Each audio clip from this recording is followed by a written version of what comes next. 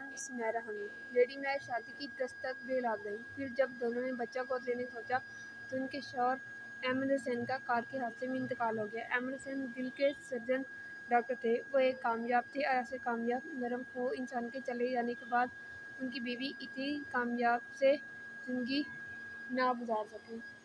پہلے فالج سے ان کا اساتذہ مفروض ہوا۔ وہ 2 سال پرائیویٹ اسپتال میں رہیں۔ میکے کے نام پر ان کے خاندان صرف ایک باپ تھے جو ان کی 2 سالہ بیماری کے دوران چل بسے۔ احمد حسین کے 3 بھائی تھے لیکن وہ اس صورت مہر سے ملنا چاہتے تھے اگر احمد حسین کی جائیداد ان کے نام پر ہوتی۔ ایک گھر اور میڈیسن کمپنی کے شیئر۔ مہر بچہ گود لینا چاہتی تھی، اب وہ لے بھی نہیں سکتی تھی۔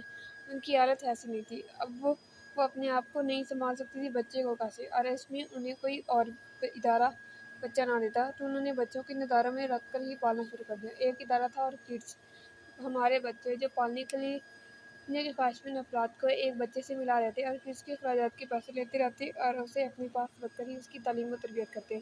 میں نے یہاں ایک نہیں پورے 10 بچوں کو لے کر پالا۔ وہ کمپنی سے ملنے والے منافع سے اپنے اخراجات کے لیے نکال کر باقی سب اداروں کو دے دیتی۔ بچے مہینے میں ایک بار ان سے آ کر مل جاتے، ایک پورا دن ان کے پاس گزار کر جاتے۔ مہر کو ماما کہتے۔ یہ مختلف قوم و نسل سے تعلق رکھنے والے بچے تھے اور سب مہر کو پیارے تھے۔ کرسمس، نیا سال وہ مہر کے ساتھ گزارتے۔ ان میں سے ایک مسلمان تھا۔ وہ اپنی عید مہر کے گھر آ کر کرتا۔ جیسے جیسے بچے بڑے ہوتے گئے وہ مہر کے پاس رات بھی رکنے لگے۔ وہ سب نہ صرف اپنے کام خود کرتے بلکہ مہر کے بھی کئی کام کر دیتے۔ مہینے کے اس ایک دن اور رات کا انتظار کرتے جب وہ اس کے پاس ہوتے۔ یہی بچے بالغ ہوتے ہی اپنے پیروں پر کھڑے ہوتے، مختلف شہروں، ملکوں اور یونیورسٹی کی طرف بڑھتے گئے۔ کچھ شادی کر چکے تھے، کچھ نوکری کرتے تھے، کچھ ابھی بھی پڑھ رہے تھے۔ یہ سب دنیا کے کسی بھی کونے میں کسی بھی حالت میں ہوتے۔ مہر کو فون کرنا نہیں بھولتے تھے۔ لیڈی مہر ہر وقت ان کے فون سنتی یا انہیں سالگرہ کے تحفے بھیج رہی ہوتی۔ ان کی طرف سے بھیجے جانے والے فون، میسیج یا کارڈ پڑھتی رہتے۔ مہینے 2 مہینے میں کوئی نہ کوئی ان سے ملنے آیا بھی ہوتا، جس کی آمد کو وہ ایسے خوش ہوتے جیسے پاکستانی مائیں اپنے بیٹے کو سہرا باندھے دیکھ کر ہوتی ہیں۔ کہے بغیر یہ سب شٹل کاک آتے رہتے تھے، اس لیے یہاں 4-5 سے زیادہ لوگوں کو پیئنگ گیسٹ نہیں رکھا جاتا تھا۔ 1-2 دن رہ کر چلے جاتے۔ کوئی ڈاکٹر تھا، کوئی انجینئر، کوئی اپنا بزنس کرتا، کوئی نرس تھی تو کوئی اسٹوڈنٹ، لیکن یہاں آتے وہ سب لیڈی مہر کے بچے بن جاتے تھے۔ ان کے سارے کام خود کرنا پسند کرتے، انہیں کھانا کھلاتے، منہ دھلواتے، ہفتہ وار چیک اپ کے لیے لے کر جاتے، انہیں مختلف پارکوں میں لیے گھومتے رہتے اور رات کو انہیں کہانی سناتے۔ لیڈی مہر ان کے لیے مقدس ہستی جیسی تھی۔ ان میں ہی ایک مورگن کیمرے سے ایم فل کر رہی تھی۔ وہ اپنے فرینڈ جوش کو برت کھودنے کے لیے شٹل کاک لائی۔ اگر ماما کہتی ہے کہ وہ بھی جوش کو ہاں کہہ دے۔ یہ گنجا کبوتر تمہیں واقعی پسند ہے مورگن؟ اچھا انسان ہے ماما، مورگن مسکرائی۔ کیا سوویت یونین کے برفیلے پہاڑوں میں کام کرتا ہے؟ بہت ہی برفیلا سا ہے۔ اگلے سال جوش کی پی ایچ ڈی کمپلیٹ ہو جائے گی۔ مورگن کسی ہیرو شیرو کو پسند کرتی ہے؟ سنا ہے کیمرون میں بہت سے فلم اسٹار پڑھنے آتے ہیں۔ میرا تو خواب ہی رہا کہ میرے کسی بچے کی کسی فلم اسٹار سے شادی ہو۔ تو میں جوش کا انکار کر دوں ماما؟ تمہارے انکار سے یہ تو مرمرا جائے گا۔ انہوں نے بیچارے سے نظر آتے جوش کو دیکھا جو ٹی وی پہ ایک ڈاکیومنٹری دیکھ رہا تھا۔ سادھنا اور امرا اسے ایسے دیکھ رہی تھیں کہ بیچارہ بار بار پہلو بدل رہا تھا۔ دراصل دونوں جان بوجھ کر اسے واس باختہ کر رہی تھی۔ ایویں خواہ مخواہ کا مشرقی چغل، تھوڑا ڈر تو رہے۔ مورگن نے ماما کی تائید کی۔ ٹھیک ہے، ہاں کہہ دو پھر اسے کب کرو گی شادی؟ میں چاہتی ہوں تم باہر کی دلہن بنو، لیکن کرسمس کی چھٹیوں کے علاوہ تم کہاں فارغ ہوگی شادی کے لیے؟ نہیں، آپ کہہ رہی ہیں کہ میں باہر میں ہی کروں گی؟ نہیں، کرسمس ٹھیک ہے، ہم کرسٹینا کو باہر کی دلہن بنا دیں گے۔ آج کل میں یہیں وہ آنے ہی والی ہے، ایسے ہی نمونے کو لے کر۔ امرا اور سادھنا نے بلند بانگ کہہ کے چھوڑے، نمونے کے نام پر۔ لیڈی مہر نے جوش کو رسوائی دی تو بیچارہ نم سا ہو گیا۔ لیڈی مہر نے مورگن پر ایک خواہش سے نظر ڈالی۔ پھر سوچ لو مورگن، مجھے تو لگتا ہے 1-2 بار رونے سے ہی پگھل کر ختم ہو جائے گا۔ اس بار وہ دونوں اتنا ہنسی کہ نشیز گاہ سے باہر جانا پڑا۔ جس دن سادھنا کو معلوم ہوا کہ اس کے اکلوتے بیٹے کو ایسی خطرناک بیماری ہو گئی تو دونوں میاں بیوی کئی دن اور راتوں تک روتے رہے۔ اس کے شوہر ایک کمپنی میں چند ہزار کا ملازم تھا، وہ اتنی بڑی بیماری کا علاج کیسے کروا سکتے تھے؟ حیدرآباد میں ایک چھوٹا سا گھر ان کا اپنا تھا، لیکن اسے بیچ کر بھی ان کے بیٹے کا علاج نہیں ہو سکتا تھا۔ کسی نے انہیں مشورہ دیا کہ گھر کو بیچ کر سادھنا کا شوہر یورپ کی طرف نکل جائے اور وہاں کام کرے۔ انہوں نے گھر بیچ دیا، لیکن اس کے شوہر کو ویزا نہ ملا۔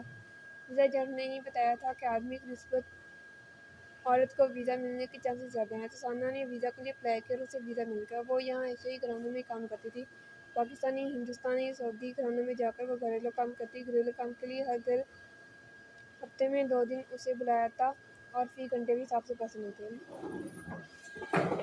لیڈی میئر کے گھر وہ پہلے کرایہ دار تھی، پھر لیڈی میئر نے اس کے حوالے سارا گھر کر دیا۔ وہ لیڈی میئر کو بھی دیکھتی اور گھر کو بھی۔ 2 سالوں میں اس نے کافی کمایا تھا۔ سنگاپور کے اسپتال میں آریان کے 2 آپریشن ہو چکے تھے، ایک آخری آپریشن ہونا تھا۔ 3 ماہ تک میڈیکل چیک اپ، ڈاکٹر پورے امید تھے۔ آریان کی صحت یابی کے لیے ڈاکٹر سے زیادہ سادھنا خود تھی۔ جن گھرانوں میں وہ جاتی تھی، وہ سب آریان کے علاج کے لیے الگ پیسے دیتی تھی۔ لیڈی میئر بھی اس آپریشن کے لیے ایک بڑی رقم دیتی تھی۔ آپ بہت بہادر ہیں، امرا کو ساری کہانی معلوم ہوئی۔ اس کی آنکھیں نم ہو گئیں۔ ہاں، میں بہت بہادر ہوں، اس لیے اللہ نے میرا انتخاب کیا کہ میں اس مشکل کو آسان کر دوں۔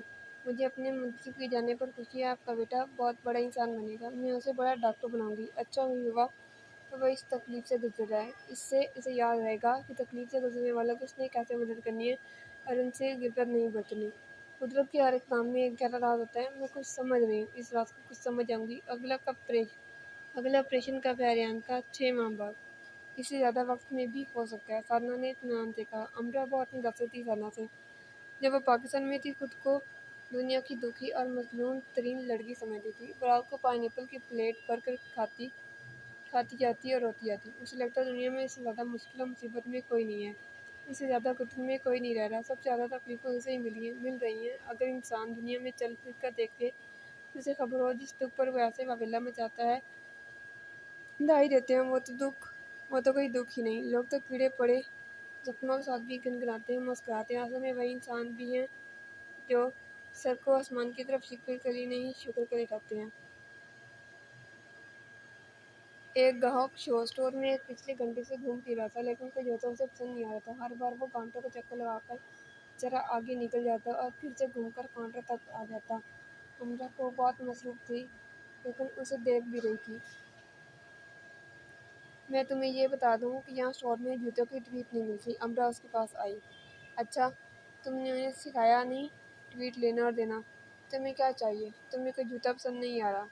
جو جوتا اچھا ہے وہ مہنگا، اور جو مہنگا نہیں ہے وہ اچھا نہیں۔ مجھے نہیں لگتا کہ تم یہاں کسی خریداری کے موڈ میں آئے ہو۔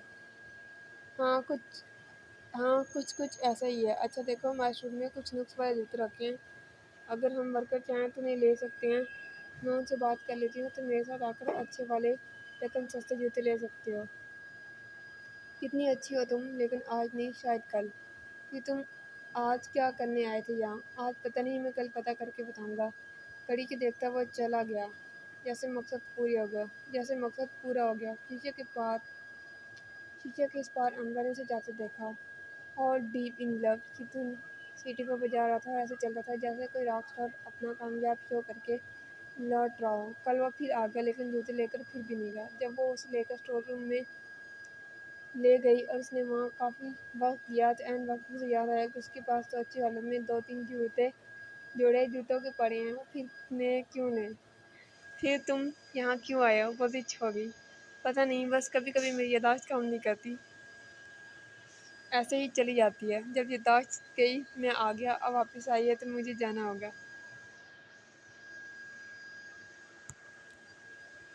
پاکستان میں ہم تم جیسے لوگوں کو باولا کہتے ہیں۔ باولا؟ ہاں، باولا۔ آ جاؤ اور چلو جاؤ، اب کتنا وقت ضائع کیا میرا۔ جاتے جاتے وہ پھر رک سا گیا۔ میرے خیال ہے اگر میں ایک جوڑا ہی لے لوں تو قومی اسمبلی میں یقیناً اسے زیر بحث نہیں لایا جائے گا۔ اور پھر سے جوتے پہن کر دیکھتا رہا۔ ویسے مجھے یہ خیال بھی آ رہا ہے کہ اسٹوڈنٹ کو اتنا اچھا خرچ نہیں ہونا چاہیے۔ اوہ، مجھے یاد آیا، میں نے سنا ہے ایشیا میں لوگوں کے پاس اتنے کپڑے جوتے ہوتے ہیں کہ اگر وہ اپنے کپڑے جوتے دنیا بھر کے انسانوں میں تقسیم کرنے لگے تو ہر ایک کو 2 جوتے اور کپڑے مل جائیں۔ کیا تمہارے پاس بھی اتنے ہی ہیں؟ وہ گڑبڑا گئی۔ پتہ نہیں، یعنی اتنے ہی ہیں۔ ہر وقت تم لوگ کپڑوں جوتوں کے بارے میں سوچتے رہتے ہو، یہ سب باتوں پر سوچنے کے لیے دماغ میں اور جگہ ہی نہیں رہتی۔ میرے دماغ میں بھی اور جگہ نہیں رہی۔ تم اونٹ پڑانگ باتیں سن سن کر تمہاری اونٹ پڑانگ باتیں سن سن کر کندھے چارکوں میں چلا گیا۔ باہر بارش ہو رہی تھی اور سڑک کو پار کرتے وقت فٹ پاتھ پر چلتے اس نے کم سے کم 5 بار مڑ کر شیشے کے اس پار کاؤنٹر پر سر جھکائے کمپیوٹر میں بل کی انٹری کرتے امرا کو دیکھا۔ اس بار اس نے سیٹی کی دھن بدل ڈالی۔ وہ ایک مشرقی دھن بجا رہا تھا۔ ڈیرک آرٹ کے اسٹوڈنٹ تھا اور اس نے ایک مقامی چینل کے لیے ایک ڈاکومنٹری بنائی اور ڈبنگ کے لیے امرا کو بلایا۔ امرا جانتی تھی وہ اب تک شرمندہ ہے، اس لیے زیادہ سے زیادہ اس کی مدد کرتے ہیں۔ 2 منٹ کی ڈبنگ کے اسے اچھے خاصے پیسے مل گئے تھے اور کافی زیادہ معلومات بھی۔ صرف ایک کیمرے کے ساتھ ڈیرک نے وہ ڈاکومنٹری بنا لی تھی اور اچھے خاصے پیسے بنا لیے تھے۔ ڈیرک نے اسے اپنی پہلے سے بنائی گئی دوسری ڈاکومنٹری بھی دکھائی۔ اسے وہ سب اچھی لگی، خاص ڈیرک کی کوشش اچھی لگی۔ چند دن سوچنے کے بعد اس نے ڈیرک سے مشورہ کیا۔ وہ مانچسٹر یونیورسٹی میں ایڈمیشن سے متعلق ایک تفصیلی ڈاکومنٹری بنانا چاہتی تھی تاکہ پاکستانی اسٹوڈنٹ کو اچھی طرح سے اپڈیٹ رکھا جائے۔ ڈیرک نے اسے بتایا کہ ڈاکومنٹری کے لیے بھی اسکرپٹ لکھا جاتا ہے، پہلے وہ اسکرپٹ لکھیں۔ اس نے اپنے لکھے اسکرپٹ اسے دے دیے تاکہ وہ ان سے کچھ سیکھ لے۔ انہیں کئی دن پڑھنے کے بعد اس نے 5 منٹ کا اسکرپٹ لکھ لیا۔ ڈیرک نے کچھ بنیادی تبدیلیاں کی اور انہوں نے ایڈمیشن سے متعلق ایک جامع ویڈیو بنا لی۔ ڈیرک نے اس کی انگلش میں ڈبنگ کی اور امرا نے اردو میں۔ ویڈیو اس نے پاکستان کے چند ٹی وی چینلز کو بھیج دی اور جواب کا انتظار کرنے لگی۔ تھوڑا وقت لگا اور جواب آ گیا۔ وہ اتنے خریدنے کے لیے تیار تھے پر وہ بہت کم پیسے دے رہے تھے۔ اس نے سوچا اسے کم پیسوں پر ہی دے دینی چاہیے، لیکن ڈیرک نے روک دیا۔ کبھی فیصلوں میں اتنی جلدی نہیں کرتے۔ جلد بازی ایک بڑے نقصان کا باعث بے شک نہ بنے، لیکن بڑے فائدے سے ضرور محروم کر دیتی ہے۔ میری پہلی ڈاکومنٹری 1 سال میرے پاس پڑی رہی تھی، کوئی خریدنے کا لیے تیار ہی نہیں تھا۔ ٹرائل کے لیے میں نے پھر اسے ایک جرنلسٹ کو دے دی، اس نے اپنے بلاگ پر پوسٹ کر دی۔ پھر مت پوچھو، جن چینلوں نے انکار کیا تھا وہ اس کے رائٹس لینے کے لیے تڑپنے لگے۔ یہاں 2 طرح کے لوگ ہوتے ہیں، ایک جنہیں اچھی چیز چاہیے، دوسرے جنہیں اچھی بکنے والی چیز چاہیے جو انہیں فائدہ دے۔ تمہیں ایک انکار ہوا ہے، تم دوسرے کے پاس ہو۔ ڈیرک نے ہی اس کے ساتھ مل کر تھوڑی بہت وسعت ہوئی اور اب کی بار انہوں نے ان پاکستانی کمپنیز کو ویڈیو بھیجی جو اسٹوڈنٹ ویزا کا کام کرتا تھا۔ انہیں ایک دوسرا درجے کی ویزا کمپنی نے ہاں کہہ دی اور نسبتاً اچھی رقم آفر کی۔ امرا نے ہاں کہہ دی۔ یہ ہاں اچھی رہی کیونکہ اس کمپنی نے چند ایک 2 منٹ کی ویڈیوز کے لیے امرا سے بات کی۔ انہیں مانچسٹر یونیورسٹی کے چند دوسرے ڈپارٹمنٹ کی تفصیلات چاہیے تھی جو وہ اپنے اسٹوڈنٹس کو دکھا سکیں۔ حمزہ ڈیرک نے وہ بھی بنا کر بھیج دی۔ امرا کو اچھا خاصا فائدہ ہوا تھا۔ اسے یقین تھا اگر یہ رفتار رہی تو وہ بہت جلد اپنا 30% کا قرض بینک کے ہاتھ میں تھما دے گی۔ اس کی کفایت کا گراف منٹوں ہوتا جا رہا تھا، فضول خرچی کا نہ ہونے کے برابر۔ سردیاں آ چکی تھیں۔ اس نے اپنے لیے صرف گرم کوٹ لیے تھے جو وہ پاکستان سے لائی تھی۔ وہ یہاں بیکار تھی۔ یہاں کی سردی اس کی سوچ سے بڑھ کر تھی۔ رات گئے ایک دن دادا جی کا فون آیا۔ اسے وہ کافی پریشان لگے۔ پریشان نہ ہوتا امرا، دھیان سے سنو، تمہارے بابا ہسپتال میں پوری اعظم مارکیٹ میں آگ لگی تھی، بس واجد خود کو سنبھال نہ سکا۔ کیا ہوا دادا؟ وہ چلا اٹھی۔ وہ ٹھیک ہے، سینے میں درد ہوا اس کے۔ میری بات کروائیں، ابھی وہ ہوش میں نہیں ہے، تم دعا کرو۔ وہ کمرے سے نکل کر باہر کا دروازہ کھول کر آسمان تلے آ گئی۔ اس کا دم گھٹنے لگا، ایسے جیسے دنیا کی ہر چیز اسے دباؤ سے مار ڈالے گی۔ سادنہ اس کے پیچھے آئے گی۔ پاکستان میں سب ٹھیک ہے امرا، میرے بابا ہسپتال میں۔ اس کی زبان لڑکھڑا گئی۔ وہ خاموشی سے اسے دیکھتی رہی۔ وہ ٹھیک ہو جائیں گے۔